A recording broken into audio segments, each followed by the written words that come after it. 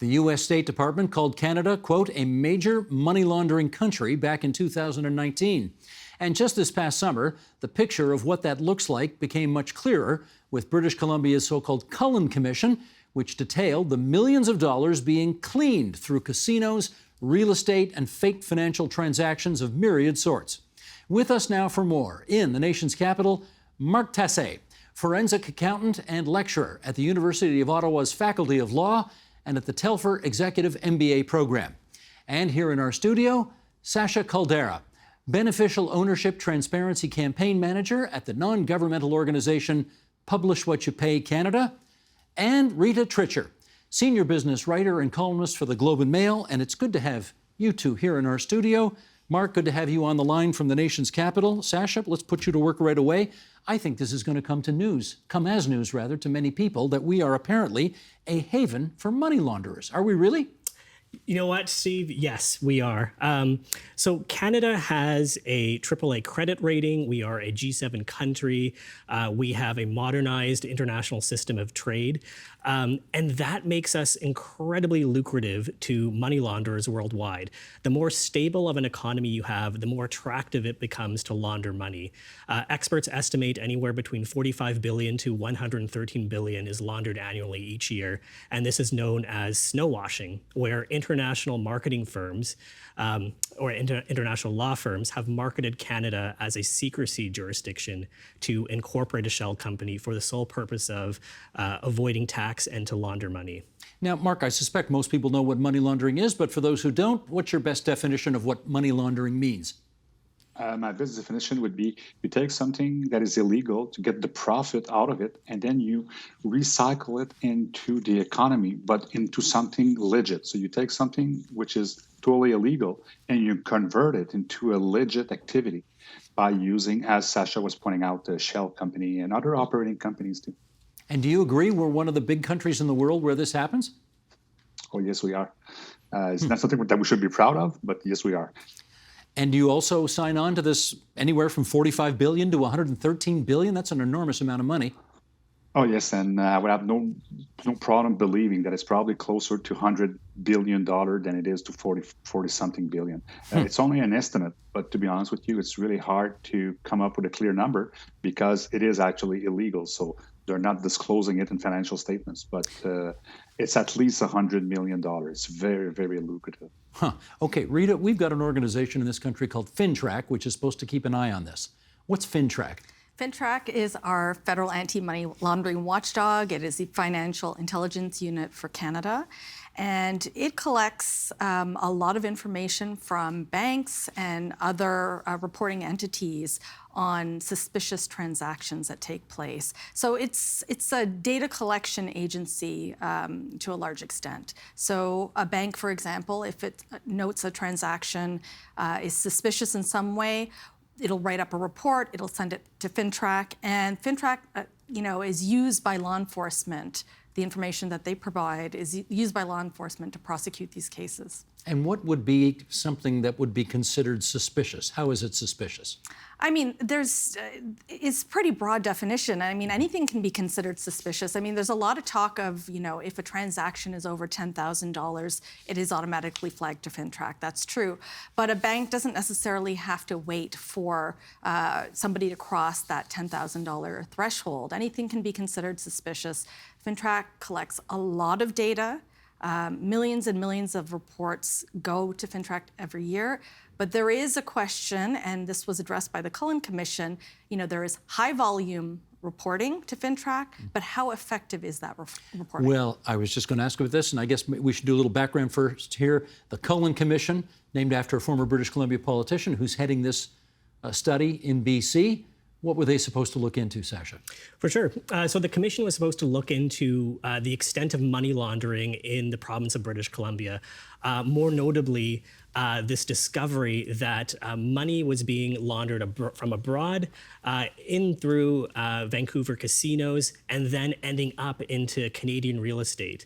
And the commission was supposed to understand to what extent this is impacting the economy and also how it's impacting public safety. Did they do a good job? You know what? I think after 3 years of hearings in which our coalition was a witness, I think they examined the issue very thoroughly, and there were some excellent recommendations overall. Whether they can be implemented, it remains to be seen. We'll look into those in just a moment. I guess I should ask you, Marc, whether you think FINTRAC is doing, Rita said they get, what was it, thousands and millions of reports every year that they're supposed to look into. Are they able to do that? Well, I do think they do their best, but I'm quite sure they're not able to process every suspicious activity report they receive. As Rita was pointing out, we're talking millions of reports, and they don't have so much staff. Even though now with artificial intelligence, if we're using the technology, it can actually be speed up, but still, there is a lot to do. And the problem is, once the financial institution file a suspicious activity report, until it comes back to say if there's a problem or not, sometimes they continue doing transaction with those clients, which is a big issue. Because as soon as you file a suspicious activity report, logically, we would think that you would not continue doing business. But sometimes they continue until they wait from the answer from FINTRAC to tell them if it's okay or not. I guess I'm trying to figure out, Rita, whether FINTRAC, because it puts so many reports forward, whether they are, or they receive so many reports, whether they're just simply overwhelmed and can't really investigate. They're never going to get to the bottom of this because they're just overwhelmed with reports all the time. Is that right? Well, for suspicious transaction reports, they received just under 400,000 last year, but there are millions more of different kinds of reports that they receive. Cash transactions, large transactions. There's a huge volume of information that comes into FINTRAC. They can only also operate within the confines of the legislation, their governing legislation. So one of the restrictions that they have on them is that they cannot ask questions of the banks about the information that they receive. They can't go back to a bank, for instance, and say, hey, so-and-so bank, that was a very interesting report that you sent us about client X. What more do you have on client X? Now, why can't they do that? Because the legislation is written in such a way that it operates as a one-way receipt of information. It can't even comment to the banks on the quality of the reports that they produce. So the banks are in a position where they have to submit a report for each and every suspicious transaction, and then police are left in the position of trying to connect the dots. Sasha, why would you write a law trying to get to the bottom of money laundering when you're going to handcuff the investigators this way? Well, this is always the issue with money laundering, and it's trying to discern between protecting the rights of privacy, but also rooting out secrecy. And I think what Rita described here is one of the tensions between those two. Looking at the legislation itself and looking at FINTRAC's ability to share information with banks, I think there's an opportunity for banks to seek an exemption from PIPEDA, for instance. PIPEDA? The Canada's privacy legislation that sort of is prohibiting banks from sharing information between one another.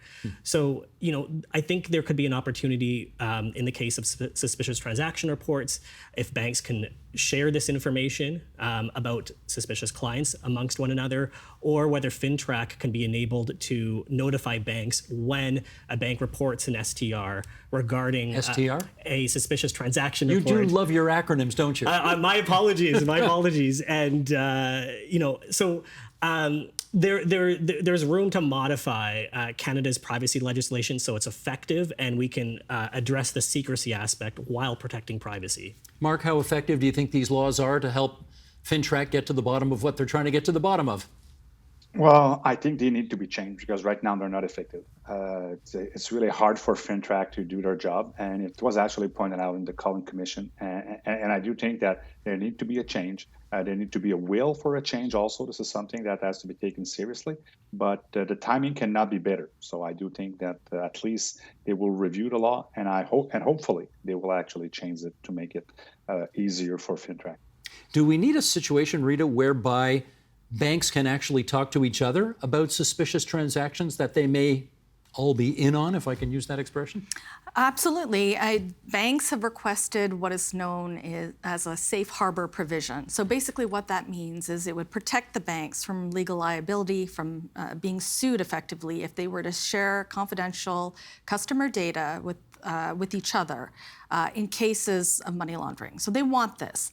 Right now, the privacy legislation that Sasha talked about does have a carve-out or an exemption in cases of fraud. So in those cases, banks are allowed to share a limited amount of information with each other, and that's because fraud is often considered the predicate offense for money laundering. But there can be other predicate offenses for money laundering. I mean, you could have cybercrime as an example. So right now, U.S. banks have this ability to share information with each other in cases of suspicious activity. How come they do and we don't? Well, because the Patriot Act, more than 20 years ago, gave them this ability.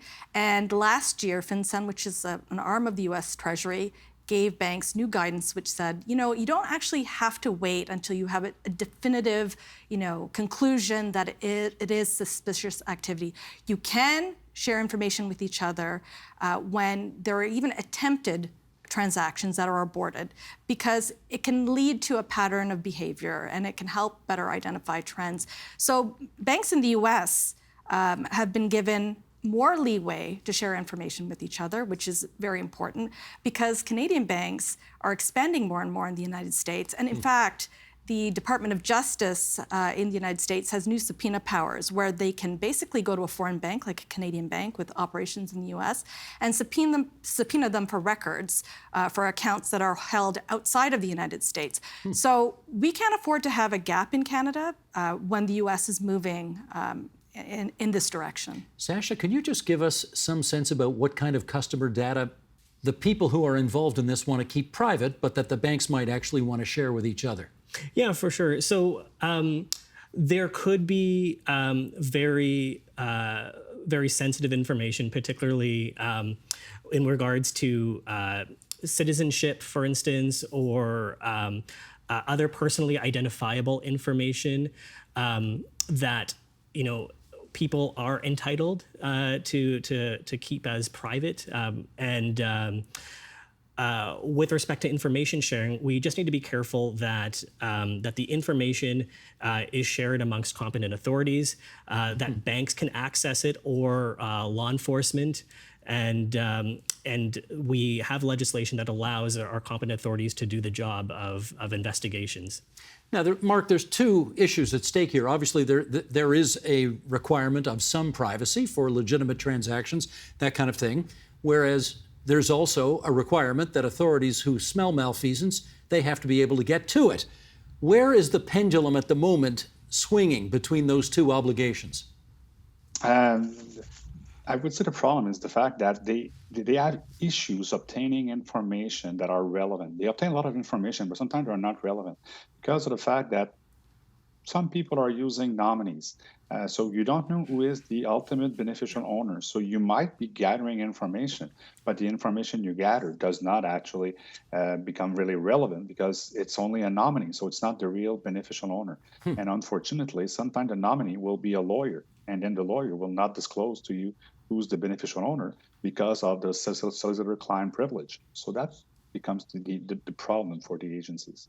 But it sounds, Marc, like the United States is much further ahead than we are in terms of being able to crack down on this kind of money laundering. Do we need to take some lessons from them on this? Oh, for sure. For sure. We need to collaborate. We need to listen very closely to what they're doing, and we need to replicate it. That's one thing for sure. They are ahead of us, as Sasha was pointing out. They have invested a lot of energy and time, and I do think that we need to. We cannot afford not to be there with them, not to be by their side, because otherwise we're going to attract people who will want to avoid the U.S. and come to Canada, and that will create big tension. Well, Rita, can I put a bit of a suspicious hat on here for a second? Is there a disincentive for governments to want to get to the bottom of this? Because in effect, when you're doing money laundering, you're actually getting more money circulating in the economy, which at the end of the day could be good for governments. They'll realize more tax revenue, et cetera. I mean, these are important questions that the government should provide answers to. I mean, what is the holdup? We've known for many, many, many years that Canada has been lagging on this issue. But, more importantly, the Black economy isn't a stable economy. This is not a plan for economic growth. And in fact, the United Nations talked about how the recovery from COVID-19 could be put into jeopardy if we do not tackle the illicit money flows that are circling all over the world. Do you see that, Sasha, that there's a disincentive actually for government to get to the bottom of this? You know what? There's actually an incentive, I would say. And there is an incentive for them to get to the bottom of it? Absolutely, because here's why. This money, as Rita mentioned, it doesn't help our economy. These are funds that don't belong in Canada. They are either stolen or they're generated from the proceeds of crime. They create capital markets risk. They contribute to fraud. They contribute to drug trafficking, weapons trafficking, human trafficking. It could cause good investment to flow out of Canada because it increases Canada's perception of political risk. But it probably buys a lot of stuff too, doesn't it? You know what? This money is not as lucrative as it might seem because the nature of money laundering is to simply be integrated into an economy, and then it goes out the other door into an international tax haven. So this is money that is short term, and given the public safety risks and the economic risks, it's not a good bargain for any government to deal with. Marc, what's your view on that? I totally agree. And I think the big issue is the fact that economists would probably say to you, no, we think it's a good thing. But as Sasha and Rita were pointing out, it is not. And one big issue that we have realized is that when they invest in real estate, they usually invest in high rise. The problem is when you need to build infrastructure when there is a lot of booming high rise everywhere in the city. The problem is about 35% of those high rise are vacant. People are not living into it. They're just an investment. So therefore, you build the infrastructure for nothing. So at the end, it's the taxpayers who ends up paying for those infrastructure that are not used, restaurants that are not operating at full capacity because of the fact that 35% of those units are vacant. Interesting. Okay, well, let me pick up on that. Rita, do you have any sense about how much money is being money laundered through the housing market right now? I mean, there was one estimate from 2019 out of British Columbia. This is from one of the reports that laid the foundation for the Cullen Commission, that $5 billion was laundered through BC real estate alone in this 1 year. $5 billion in 1 year, most of it in Vancouver, presumably. Presumably, but I don't think we really know how much money is, laundered through real estate because some people will set up a shell corporation. They will use their corporate accounts to acquire real estate assets. And real estate is just one aspect of money laundering in Canada. I mean, as Sasha talked about, it occurs through capital markets, it occurs through wealth management. Well, let me follow up on that. Okay, Sasha, have you ever done it before, laundered money? No, I haven't. Okay. I'm glad you asked that question. Well, but I bet you know how to do it. So let me ask you, just give us for instance, give us the sort of money laundering 101 example, the most basic example of how you would take dirty money and launder it to make it clean. Sure. So let's take the simplest example. So let's say if there was a drug trafficker and they shipped these drugs across the United States, it would come back as bulk cash. This bulk cash can then be deposited into ATMs underneath the threshold that would trigger a suspicious transaction report. Which is what? $10,000. Okay. So you can deposit this money across multiple ATMs at night. Then once that money is deposited, you can then you can write a check to various nominees who might be within your network. And then in turn, those nominees can then send an electronic funds transfer to a variety of shell corporations or businesses or even other accounts in various jurisdictions. And then that's how the money ends up being integrated. Dirty money going in, clean money coming out. Correct. But if you did this, okay, if you can do as much as $10,000, so I guess that means $9,999.99. It's been done before. Before anybody takes. But if you're doing this at 3 a.m. at an ATM, and they've all got cameras on right now, can you really get away with it? Well, this is the tricky situation, and I think Rita described this quite well. So anything can be seen as suspicious, and it's up to the AML teams inside financial institutions to look at patterns and to understand to what extent they might suspect money laundering activities and to what extent is a probability of money laundering. So, for instance, if each transaction was $9,999, all at 3 o'clock in the morning at a certain ATM, I think that's a big red flag. That's a big red flag. Okay, fair enough. All right, well, let's take something maybe a little less obvious. Marc, do you want to give us your favorite example? Maybe not drug money, but something else, how people launder money? They would be using ATM machine, but Bitcoin ATM machine, because there is Bitcoin ATM machine, which is way easier. Or if you're very, very lazy and you want to make it like a one-shot deal, but don't have time to go to the ATM, you just transfer the money to your lawyer trust account. It's Your fully lawyer's protected. trust account. No one know where the money comes. Yeah, exactly. Lawyers have trust accounts. No one can actually look into it. The lawyers are the keys, they're the enablers. So basically, you transfer the money to the lawyer's trust account, and there we go. No one can actually ask where the money come from because it's in the trust account. You cannot touch it. But Marc, I thought lawyers are not permitted to participate in criminal activity. They just don't know, if they're aware of. So they just don't ask questions. Well, if someone says, I come from another country, I made money over there, and here I am, I want to invest in Canada, I want you to be my nominee, I'll transfer the money to your trust account. There we go. Rita, should there be a greater... It was actually pointed out in the Cullen report, not as clear as I did, but still, because being a CPA, I have the same issues. Now with CPAs, it's different. We need to report, and if we're acting as nominees, we need to report it. But we don't have a trust account, while lawyers do. So that's why so many people say the Canadian Bar Association need to step up and do something, because right now there is a lot of professionals that are actually enablers. They're paid millions to launder billions, basically. Okay, Rita, I was just going to ask you that. Should there be an obligation, as apparently there is on accountants, on lawyers as well, to ask some questions about, hey, where's all that money coming from? Absolutely, and I've written about this topic. So the reason that lawyers don't have an obligation is that there was a 2015 Supreme Court of Canada ruling that said that FINTRAC's old obligations for lawyers would subject the lawyers to unreasonable search and seizure. However, they left the door open for Parliament to rewrite the legislation and the reporting requirements in such a way that would be compliant with the Charter, and other countries have done it, such as the UK. There's been huge pushback from the legal profession in Canada. They don't want to have these extra obligations put onto them. They quite like having, the law societies quite like having, the self-regulation aspect. There were new money laundering regulations put into place by the Law Society in Ontario, as an example. And they basically said, okay, while you have to, write down the source of funds for your client when they retain you, for the retainer, you don't have to verify the accuracy of the information.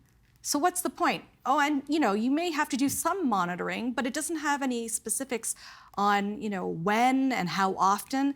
So it's far too loosey-goosey. And the law societies, if they had their way, it would continue to be self-regulation. But any profession that doesn't want to have scrutiny from a third party is, opening themselves up to all sorts of abuse.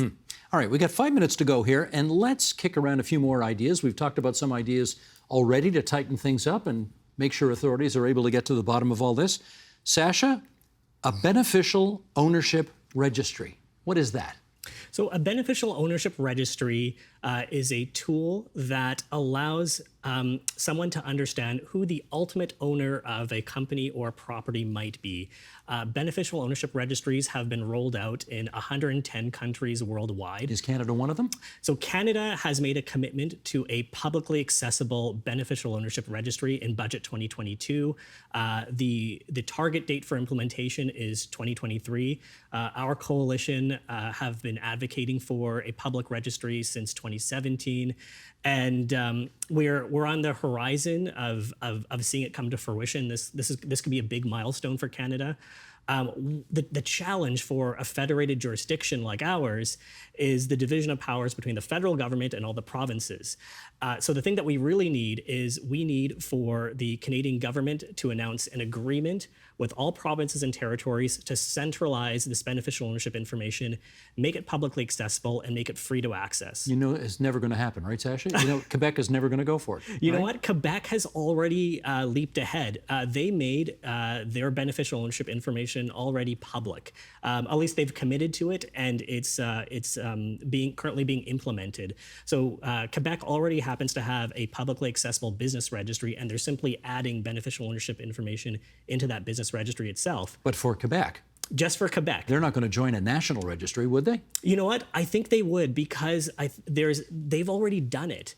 And there's already a precedent that's set, and Canada can simply follow Quebec's example. This beneficial ownership registry, Marc, is this something you think Quebec could sign on to? Oh, for sure. For sure. They would be very interested. They already have something in place, and they would be more than interested to integrate it with the federal government, for sure. Now, we know that they haven't signed on to other national efforts at financial regulation. Why do you think they'd sign on to this one?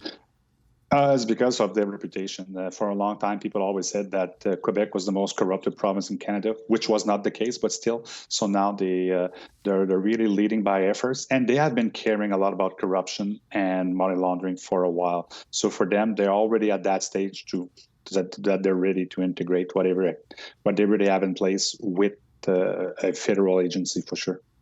Do you think Quebec would sign on to something like that? I mean, they've been trying to get, financial regulators to get Quebec to sign on to a national financial regulatory organization. They've never gone for that. Would they go for this? I'm skeptical I'll believe it when I see it. Okay. And if we don't get the provinces involved in this national registry, this whole thing is going to be a failure. Right now, the registry would only apply to federally incorporated companies. And that's pointless because the vast majority of companies in this Canada that are private are incorporated at the provincial level. So we really need the provinces to sign on. But I'll believe it when I see it, because we're not very good at these national projects. Exactly. This is my point, that if 9 provinces sign on but Quebec doesn't, do the money launderers just go to Quebec, where they'll be away from everybody else? Yeah, there will be some jurisdictional arbitrage. This is the nature of Canada. This is the nature of Canada.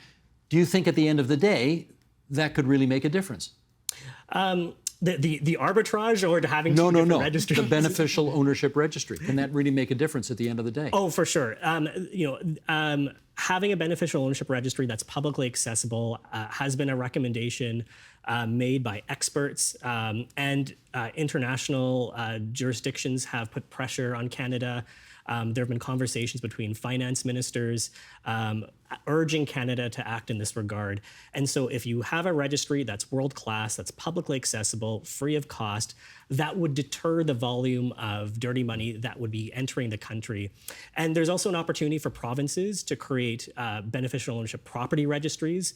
And we're seeing some movement on this at the municipal level. There's some mayoral candidates, Stephen Punwasi, for instance, who's calling upon beneficial ownership disclosure for businesses that are seeking licenses and permits from the city of Toronto. So that's quite exciting. Is he running for mayor of Toronto? He is. I have not heard that name before. Okay. Say that name again. Stephen Punwasi. You working on his campaign? Well, I am volunteering, yes. Okay, there we go. Didn't know that. Okay, Rita, one last thing here, and that is, I presume this is all beyond the knowledge of most local police forces or even the RCMP. Is that fair to say? These guys can't crack down on this? I mean, we don't have a very good record on prosecuting this type of financial crime. So the RCMP were put in a terrible position. I mean, successive federal governments have underfunded them. And again, the RCMP can only work with what they have. And in 2012, they shut down their National Proceeds of Crime and Commercial Crime Unit, which is the very unit that looks at money laundering and investigates these crimes. And it took a 5-year holiday from prosecuting white-collar crime on the thought that, okay, well, the provincial police forces where they exist and local police will pick up the slack. That didn't happen. And, they've been trying to rebuild their expertise, ever since 2017. And this is a problem that predates obviously the federal Liberal government. I'm very critical of the federal Liberal government in my columns for, not paying attention to this issue, but this problem actually started with the Conservatives, who are supposed to be about law and order. Gotcha. Marc Tassé, in the nation's capital, we thank you for joining us tonight. Rita Trichur, Sasha Caldera, thanks so much to the three of you for being with us on TVO tonight. Thank you. Thank you. The Agenda with Steve Paikin is made possible through generous philanthropic contributions from viewers like you. Thank you for supporting TVO's journalism.